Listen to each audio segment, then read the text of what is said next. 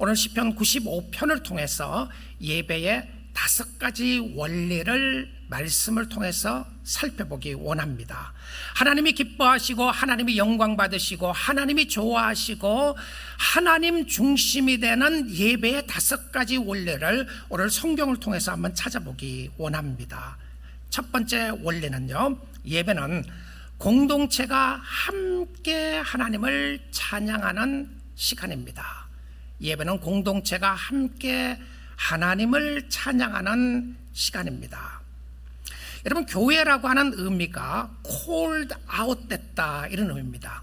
불러냈다. 그래서 교회는 부르심을 받은 사람들의 모임이 교회입니다. 그러면 하나님이 불러내서 무엇을 하기 위해서 불러냈는가? 부르심을 받은 사람들의 목적이 있는데 그 목적은 하나님을 높이기 위함이 첫째로 중요한 목적이었습니다. 하나님이 나를 부르시고 여러분을 부르셔서 여러분이 편한 자리에서 일어나게 하시고 떠나게 하시고 불러내셔서 세상에서부터 불러내서 공동체로 모집하신 거예요. 근데 이 공동체로 불러내신 그 이유가 무엇이었냐면 하나님을 노래하기 위함이라고 되어 있습니다. 시편 95편 1절 보겠습니다. 오라 우리가 여호와께 노래하며 우리의 구원할 반석을 향하여 즐거이 외치자. 노래하며 외치자. 자, 공동체가 함께 모여서 하나님을 찬양하는 것이 예배입니다. 예배의 중요한 요소는 설교만 있는 것이 아닙니다. 어떤 사람은 설교가 제일 중요하니까 설교만 들으면 된다고 생각하는데요, 여러분, 예배의 중요한 요소는 공동체의 찬양입니다. 만약에 여러분은 이 예배 가운데 퍼포먼스를 간다고 생각을 해보게 되면, 구경하러 간다면 좋은 찬양하는 사람들의 음악을 틀어주면 됩니다. 근데 우리는 음악을 틀어주지 않고 공동체가 함께 찬양을 합니다. 이 싱얼롱이 있어요. 여러분, 예배 공동체 속에 중요한 것이 싱얼롱이 있는 겁니다. 함께 찬양하는 거예요. 근데 하나님이 우리를 불러내신 것이 하나님을 찬양하는데 회중들이 함께 찬양하게 했어요. 우리가 일반적으로 예배를 생각하면 두 의미로 생각을 하는데요, 하나는 공예배, 퍼블릭 월십이라고 이야기를 합니다. 그리고 다른 하나는 프라이빗 월십이라고 해서 개인 예배라고 이야기를 합니다. 이 퍼블릭 월십이라고 하는 것은 주일 예배를 주로 지칭해서 하는 표현이었고요, 공적으로 모여서 드리는 예배를 퍼블릭 월십이라고 그랬고, 프라이빗 월십이라고 하는 의미 속에는 여러분의 가정에서 개인적으로 드리는 예배를 프라이빗 월십이라고 그랬습니다. 어떤 경우에는 퍼블릭 월십, 내가 공예배가 제일 중요하다고 생각을 하고 주일에 한번 예배를 드리는 것으로 예배가 끝났다는 사람들에게 강조했던 것이 프라이빗 월십이었습니다. 여러분이 어디에 있든지 무엇을 하든지 매 순간 속에 예배를 드려야 하고 드리는 것이 좋습니다라고 강조했던 것이 맞습니다. 그래서 우리는 매일 성경을 가지고 성경을 읽고 묵상하고 하나님 앞에 가까이 가도록 하는 것이 사실입니다. 그런데요, 혹시 여러분이 내가 프라이빗 월십을 드리면서 퍼블릭 월십은 중요하지 않다고 생각을 하면, 저는 프라이빗 월십이라고 하는 단어를 빼버리고요, 오히려 프라이빗 디보션이라고 하는 단어를 쓰는 것이 맞다는 생각이 듭니다. 개인의 경건 생활을 위해서는 언제든지 하나님을 만날 수 있고 하나님 앞에 나아갈 수 있습니다. 그런데 공예배라고 대체할 수 없어요. 내가 아무리 집에서 예배를 드리고 혼자서 다 신앙생활을 한다고 할지라도 가나안 성도들이 진짜 성도로서 잘 섬길 수 있을 것인가, 우리는 질문을 해야 합니다. 그 사람이 교회 때문에 힘들고 어렵기 때문에 교회를 떠났다고 해서 내가 가정에서 내 마음대로 예배를 드린다고 해서 그것으로 만족할 수 있겠는가? 하나님이 우리를 불러내신 궁극적인 목적은 퍼블릭 월십을 통해서 불러내셨어요. 두 번째 원리는 예배는 하나님의 음성을 듣는 시간입니다. 예배는 하나님의 음성을 듣는 시간이에요. 여러분, 공동체의 예배 가운데 하나님이 역사하십니다. 오늘 또 하나님이 역사하시는데요, 구약시대를 생각해 보게 되면 하나님이 선지자를 통해서 말씀하셨어요. 근데 왜 선지자를 통해서 말씀하시죠? 그리고는 하나님이 이스라엘 백성들을 불러내셨습니다. 애굽에서 불러냈던 이유를 뭐라고 그래요? 이들이 나가서 나에게 예배하기 위하여 불러냈다, 이렇게 이야기해요. 그래서 불러내서 예배라는 것, 그래서 공동체가 모여서 부르심을 받아서 예배 드리는 것이 중요한 요소입니다. 근데 이 예배를 드릴 때에 하나님이 선지자를 통해서 역사하세요. 자, 하나님이 쉬운 방법을 택했더라면 이렇게 하셨으면 됩니다. 하나님이 하늘에서 확성기로 주의 백성들이 모여 있을 때, 아니면 가정에 있을 때 확성기로 한꺼번에 이야기하셔도 돼요. 내 마음은 이런 마음이고 내 뜻은 이런 마음이고 이런 뜻이고 너희들은 내 뜻대로 살기 위해서는 이것을 해야 된다고 하나님이 확성기로 한꺼번에 이야기해버리면 되잖아요. 근데 왜 모세에게 말씀하시고 모세는 지도자들에게 말씀하게 하고 지도자들은 그 백성들에게 말하게 하고 왜 그렇게 하셨죠? 신약시대에 오셔서는 어떻게 하셨냐면 하나님의 말씀 대신 로고스 대신 예수 그리스도가 직접 오셔서 말씀하셨어요. 그 직접 말씀을 듣게 했습니다. 모든 사람들이 예수 앞에 다 듣게 했어요. 예수의 이야기를 들었던 제자들이 나가서 예수님이 죽고 난 이후에 승천하고 난 이후에 제자들이 나가서 예수님이 했던 행적들을 말하기 시작했어요. 그리고는 성령께서 역사하심으로 말미암아 그들이 글을 쓰기 시작했습니다. 그래서 받았던 것이 무엇이었냐면 성경이었습니다. 자, 오늘 이 시대는 하나님이 목사를 통해서 공동체 예배는 오늘 저를 통해서 뉴라이프 성교교회 성도들에게 말씀을 하시는 거예요. 여러분에게 각자 개인적으로 주중에 말씀을 듣다가 말씀을 깨닫고 하다가 공동체가 하나님이 원하시는 것이 무엇인지를 저를 통해서 이야기를 하는데 저의 역할은 어떻게 하든지 저는 하나님의 말씀을 잘 전하는 것이 저의 역할입니다.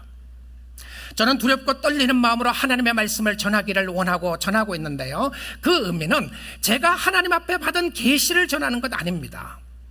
제가 꿈을 꾼 건 말하지 않아요. 제가 일주일 동안 살면서 느꼈던 다른 이야기를 하는 것이 아닙니다. 재밌는 이야기를 하는 시간도 아니고요. 그렇다고 해서 재미없다는 의미가 아니라 여러분 이 시간을 통해서 제가 마음을 다하여 해야 되는 것은 무엇이었냐면 우리 하나님 아버지의 마음을 여러분에게 잘 전달하는 거예요.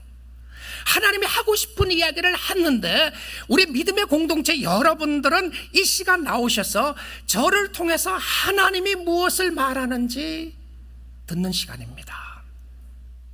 근데 하나님이 개인적으로 말씀을 다 하시는 거죠. 하시면서 성경을 통해서 우리가 듣다가 공동체의 말씀으로 저를 통해서 말씀을 듣고 있다는 사실입니다. 그래서 시편 95편 7절을 보겠습니다. 자, 끝부분에 보게 되면 너희가 오늘 그의 음성을 듣거든, 하나님의 음성을 듣고 있다는 것이죠. 여러분, 들음이라고 하는 것은 들음이 뭔가? 들으면은 반드시 순종이 동반합니다. 내가 하나님의 말씀을 들었다고 하는 의미 속에는 순종이 반드시 따라가게 되어 있습니다. 자, 예배는 하나님께서 하나님의 백성들에게 목회자를 통해서 말씀을 하시는 시간인데 하나님의 말씀을 잘 듣고 반응을 하셔야 됩니다. 말씀을 듣는다고 하는 것은 그날 그 시간에 반응을 하는 것인데 반응하는 자에게 반드시 경고의 메시지가 따라가게 됩니다. 무슨 경고의 메시지를 주느냐 하면 8절 말씀 보겠습니다. 너희는 무리바에서와 같이 또 광야의 마사에서 지냈던 날과 같이 너희 마음을 완악하게 하지 말지어다. 너희는 너희 마음을 완악하게 하지 말지어다 되어 있습니다. 여러분, 마음을 완악하게 한다는 의미가 무엇이었냐면 마음을 딱딱하게 하지 말라는 거예요. 누가 합니까? 딱딱하게요? 여러분의 마음이 굳어지고 딱딱하게 하는 거 누가 하죠? 내가 합니다. 내가 자신이에요.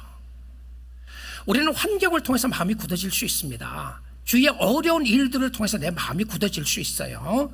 여러 가지 상황과 어려움 때문에 마음이 굳어질 수 있는데 마음을 굳게 하고 마음을 부드럽게 하는 것이 누가 하는 거라고요? 내가 하는 거예요. 내가. 여러분의 마음의 전적인 책임은 자신에게 있습니다. 여러분에게 있어요.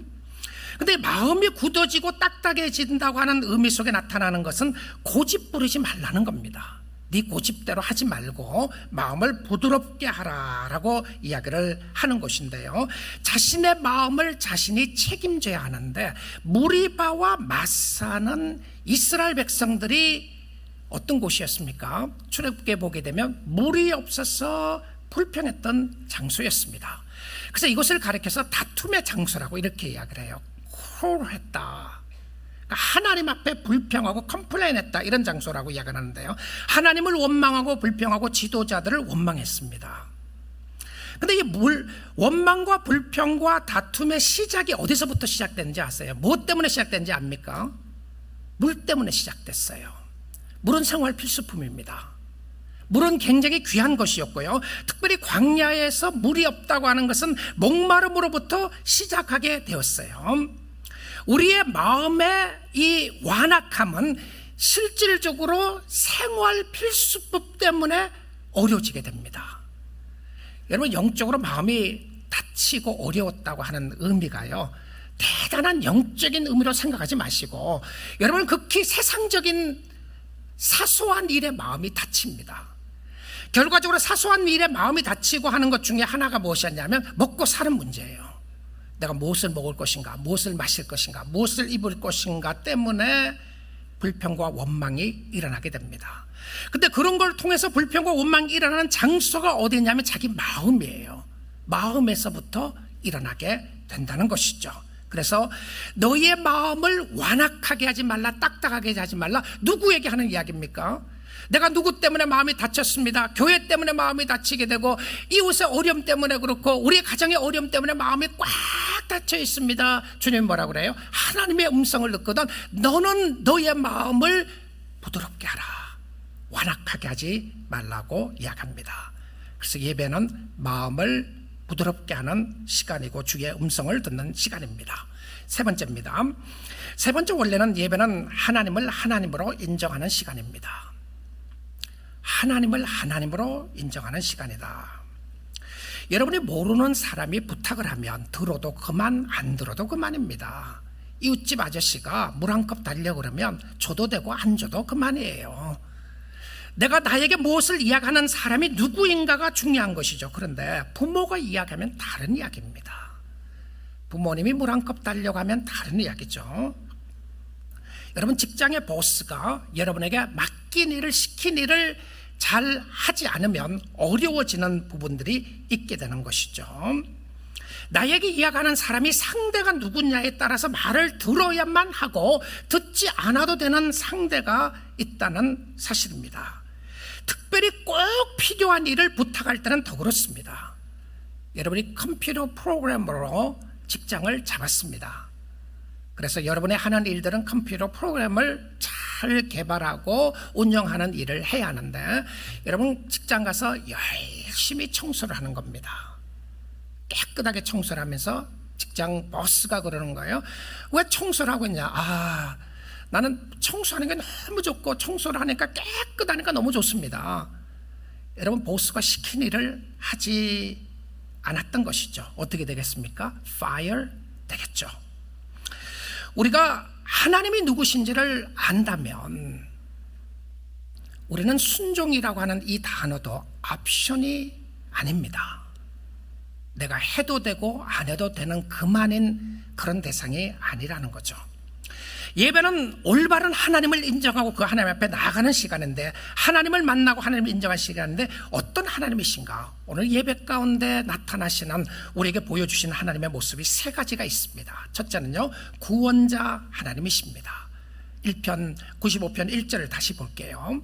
오라 우리가 여호와께 노래하며 우리의 구원의 반석을 향하여 즐거이 외치자. 구원자입니다. 구원자를 향하여 즐거이 외치자. 여러분, 우리가 구원자라고 하는 의미 속에는 내가 죽어 있었는데 살렸다고 하는 표현입니다. 나는 도저히 소망이 없었는데 소망을 갖게 됐다는 것이고요, 죽음에서부터 살린 것뿐만 아니라 죄로부터 해방시켜 주신 것이 구원자의 모습입니다. 나를 구원해 주신 하나님, 잃어버렸는데 찾게 됐어요. 생명을 잃었는데 살게 되는 역사가 있었을 때에 구원자의 하나님으로 이야기를 합니다. 둘째는 왕이신 하나님이십니다. 왕이신 하나님이에요. 3절 보겠습니다. 여호와는 크신 하나님이시요 모든 신들보다 크신 왕이시기 때문이로다. 자, 오늘 구약시대 이 시대의 말씀을 하는 그 상황 속에도 다 신이 있었던 것을 압니다. 그러니까 여러 종류의 신이 있었어요. 근데 이스라엘 백성들에게는 유일신을 가르쳤습니다. 하나님 한 분 외에는 신이 없다고 가르쳤는데 그럼에도 불구하고 주위에 많은 신들이 있었어요.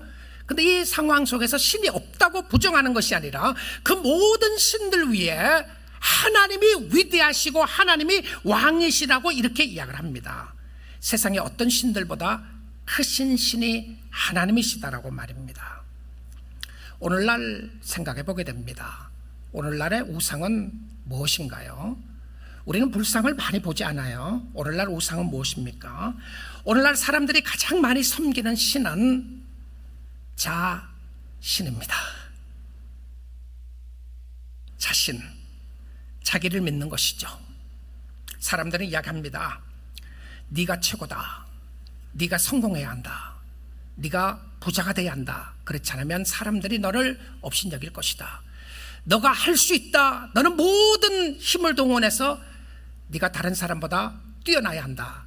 자꾸 자기 자신을 믿으라고 이야기를 합니다. 성공하는 것이 최고이고 물질이 최고이고 하나님이 왕이라고 이야기하지 않습니다. 하나님이 왕이라고 하는 표현 속에는 입술로는 고백할지 몰라도 하나님을 왕이라고 하는 것을 실질적으로 믿지 않는 모습들이 많이 있습니다. 사랑하는 성도 여러분, 우리는 왕의 명령을 받아 사는 신하들입니다. 하나님의 명령을 받아 사는 신하들인데 우리는 쫄병입니다. 우리는 쫄병이고 하나님이 왕이십니다. 하나님이 시킨 대로 하는 것이 하나님의 사람들의 모습이었습니다. 그런데 자신의 어떤 신이죠? 자신의 어떤 신을 우리가 섬기고 있습니까? 자신의 신 중에서 가장 경외하는 자신의 신은 자존신이라고 이야기합니다. 제가 하는 지어내는 소리입니다. 자존심. 나의 자존심이 상했을 때에 내가 모든 것을 버리고 도망가고 싶은, 아니 있는 힘을 다해서 복수하고 싶은 부분이 자존심 아닌가요? 교회 섬기다가 자존심 상했을 때 어떻게 하시나요? 나의 자존심을 꺾고 그리스도가 사는 것이 아니라 자존심이 나타나지 못하기 때문에 발버둥 치는 모습은 있지 않으시나요? 오늘날은 자신을 섬기고 있는 시대에 살고 있습니다. 하나님이 왕이시고 하나님이 구원자가 되십니다. 세 번째는요, 하나님이 어떤 모습을 이야기하냐면 창조주 하나님이신데 4절 5절 보겠습니다. 땅의 깊은 곳이 그의 손 안에 있으며 산들의 높은 곳도 그의 것이로다. 5절 봅니다. 바다도 그의 것이라 그가 만드셨고 육지도 그의 손이 지으셨도다. 여러분, 우리에게 순종을 요구하실 때 가장 근본적인 이유는요, 하나님이 창조주이기 때문에 그렇다고 이야기합니다.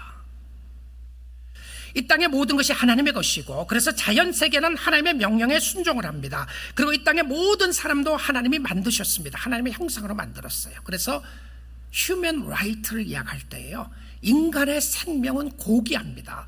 예수 안 믿는 사람들의 생명도 고귀한 것은 왜 그러냐면 하나님의 형상으로 만드셨기 때문에 그렇다는 것이죠. 그런데 이 사람들이 하나님께 반항을 하고 죄를 짓고 하나님을 떠나게 됩니다. 하나님의 자녀들을 구원하시고 그리고는 하나님의 자녀들을 이 땅에 두시고 예배자로 부르셨습니다. 예배는 최고의 하나님께 최고의 것을 드리는 것이 예배입니다. 찌꺼기 시간, 남아있는 시간, 할 일 없으니까 드리는 모습이 아니라, 하나님, 내가 일주일 첫 시간, 주일이죠, 안식일 첫날, 안식 후 첫날, 일주일의 첫 시작하는 날을 하나님 앞에 공동체가 예배하는 시간으로 드리는 이 시간을 소중하게 생각을 하고 영광으로 생각하고 드리는 예배였습니다. 자, 네 번째 예배의 원래는 하나님께 항복하는 시간입니다. 하나님께 항복하는 시간인데요, 이 위대하신 하나님 앞에 나오게 되면 우리의 몸이 항복합니다. 로마서 12장에 그런 말씀 있죠. 너희 몸으로 하나님 앞에 영적 제사를 드릴 것을 이야기합니다. 몸을 드리라. 근데 우리는 이렇게 생각을 해요. 몸을 드리는 것이 아니라 마음을 드려야 되는 것이 아닌가, 영을 드려야 되는 것이 아닌가 생각을 하게 됩니다. 그런데 예배는 우리의 몸을 하나님 앞에 굴복시키는 시간입니다. 어떤 모습이죠? 6절 말씀 보겠습니다. 오라 우리가 굽혀 경배하며 우리를 지으신 여호와 앞에 무릎을 꿇자. 자, 굽혀 경배하고 한다는 것이, 굽힌다고 하는 것이 허리를 굽히는 겁니다. 예배는 하나님 앞에 나오면서 허리를 굽히는 것이고요, 그리고는 우리의 무릎을 꿇는 모습입니다. 예배라고 하는 단어가 프로스코네오라고 하는 헬라어 단어에서 온 부분인데요, 그것은 실질적으로 무릎을 꿇고 발에 키스한다고 하는 의미가 담겨져 있습니다. 왕 앞에 엎드려져 있는 모습을 이야기를 해주고 있어요. 그래서 예배는 무릎을 꿇는 시간이고 왕이신 하나님의 종으로서 하나님 앞에 나가는 시간입니다. 하나님이신 예수 그리스도가 이 땅에 오셔서 사실은 무릎을 꿇으신 거죠. 죽으셨습니다. 예수님은 세상에 무릎 꿇거나 죄의 무릎을 꿇은 것이 아니라 우리를 살리기 위하여 이 땅에 죽으러 오셨습니다. 그리고 우리를 부르시고 그 하나님을 예배하고 하기를 원하시는데, 우리가 그 예수 그리스도를 만나고 보니까 그 예수가 하나님이었다는 것을 우리가 알게 된 것입니다. 자, 이 상황 속에 보이는 것이 전적으로 항복하는 모습이 total surrender 하는 것입니다. 전적으로 surrender 하는 것인데, 그래서 예배는 자신의 자세를 하나님께 낮추며 하나님 앞에 두 손 들고 항복하는 겁니다. 천부여 의지 없어서 손 들고 옵니다. 하나님, 내가 왕인 줄 알고 살았습니다. 잘못했습니다. 그래서 예배의 원리 속에 나타나는 모습은요, 하나님 앞에 surrender 하는 겁니다. 예배 가운데 와 계신다고 해서 다 예배를 드리는 것이 아니라 나의 몸의 자세가 그리스도 앞에 왕이신 하나님을 공경하는 자세가 있는가. 여전히 나의 목은 뻣뻣하고 나의 몸은 뻣뻣해서 여전히 교만으로 가득 차 있는 모습으로 예배를 드리는 것이 아닌가.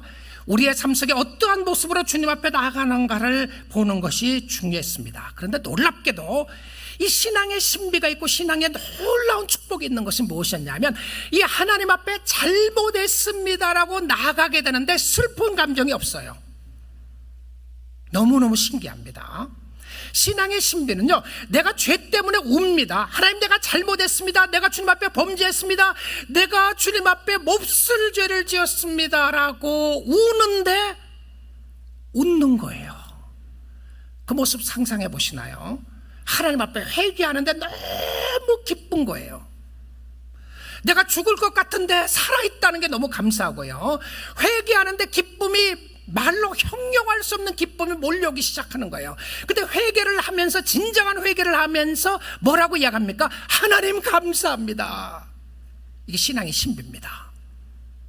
자, 일반 세상의 왕 앞에 나아갔을 때 살려달라고 했을 때로 한다면 정말 슬픔과 무릎 꿇는 모습으로 끝날 수 있어요. 그런데 예배는 하나님 앞에 나아가면서 우리의 감정을 드리고 나가게 되는데, 어떤 감정을 이야기하고 있나요? 두 가지 감정을 이야기합니다. 그래서 하나님 앞에 우리의 감정을 고백하는 시간입니다. 다섯 번째 원리입니다.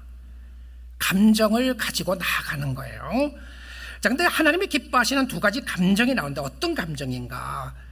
시편 95편 2절 보겠습니다. 우리가 감사함으로 그 앞에 나아가며 시를 지어 즐거이 그를 노래하자. 두 가지 감정입니다. 첫째는 감사고요, 두 번째는 기쁨입니다. 자, 즐거이 노래를 부르자, 감사함으로 즐거이. 자, 이 두 단어를 한번 생각해 보세요. 전체적으로 하나님 앞에 나와 예배하는 모습 속에 나타나는 몸의 모습도 나오고 마음의 모습도 나오고 무엇을 해야 되는지를 나오게 되는데, 실질적으로 하나님 앞에 예배하러 오시는 분들은 마지 못해서 가고 억지로 가지 않아요. 내 시간을 드렸으니까 하나님 그냥 좀 잘 봐주세요, 이런 의미로 나가지 않아요. 하나님 앞에 예배할 수 있다는 것이 너무 감사하고 기쁜 모습 가운데 나아가게 되는데, 감사와 기쁨이었습니다. 오늘날 예배가 회복되기를 원합니다. 공동체 예배가 회복되기를 원하는데, 공동체 예배의 회복이 무엇입니까? 우리의 마음의 기쁨과 감사가 회복되는 겁니다. 여러분, 하나님이 공예배를 통하여 하나님의 백성들에게 선포하십니다. 그리고 함께 하나님 앞에 나가 예배를 드리라고 선포하셨습니다. 하나님이 살아계심을 증언하는 것이 예배 공동체였습니다. 그런데 무리바와 마사의 사건을 예배 가운데 지적했다는 것이 신비합니다. 왜 이 사건을 지적하셨을까요? 여러분, 예배를 방해하는 것은요, 자신입니다. 자신의 사소한 감정, 자신의 사소한 생각이 예배를 방해합니다. 그런데 자신의 사소한 생각과 자신의 사소한 생각이 무엇이었냐면 일상생활입니다. 놀랍게도 예배를 방해하는 것이 일상생활이었다는 것 아시나요? 무리바와 마사에서 감사하지 못했고 불평했던 것은 먹고 마시는 것 때문에 그렇습니다. 물론 세상에서 중요한 일이죠. 먹고 마시는 것이 중요했습니다. 생활에 관한 것이었고요. 그래서 여러분, 먹고 마시는 것을 인하여 감사하는 생활부터 하십시오.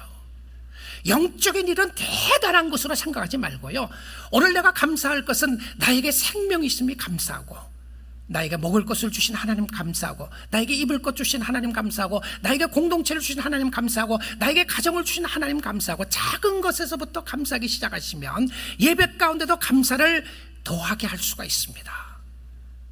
하나님, 내가 영적인 것은 감사하겠습니다. 그런데 내가 육적인 것은 너무 불평할 게 많아요. 그 사람도 싫고 이런 것도 싫고, 하나님 그럴 수 없습니다. 내 삶이 비참하고. 여러분, 자신에 대한 이런 생활에, 현재 상황에 감사하지 못하면 주님을 잘 섬기기가 쉽지가 않습니다. 하나님은 예배의 자리로 우리를 초대하십니다. 우리 함께 가야 합니다. 저와 여러분이 함께 하나님의 이름을 높이기를 원합니다. 가자, 예배의 자리로. 하나님의 영광을 위하여 하나님을 만남으로 치유와 회복의 역사가 일어나고, 오늘도 나 같은 사람을 살려주신 하나님의 은혜가 얼마나 크신지를 찬양하는 영광스러운 예배 자리로 불러주셨습니다. 그래서 목소리 다해서 회중 찬양을 하십시오. 누가 노래 잘하느냐? 잘하는 사람이 찬양하는 시간이 아니고, 비록 내 목소리는 좋지 않는다고 할지라도 하나님을 높이는 것을 통해서 하나님의 높고 위대하심을 찬양하는 여러분이 예배자로 서는 것입니다. 공동체 예배를 사모하셔서 우리 믿음의 공동체 안에 하나님이 살아계심이 증거가 되고, 그 하나님의 이름을 높임으로 말미암아 우리는 기쁨과 감사함으로 그 하나님을 섬기는 우리 믿음의 공동체가 다 될 수 있기를 주님의 이름으로 축복드립니다.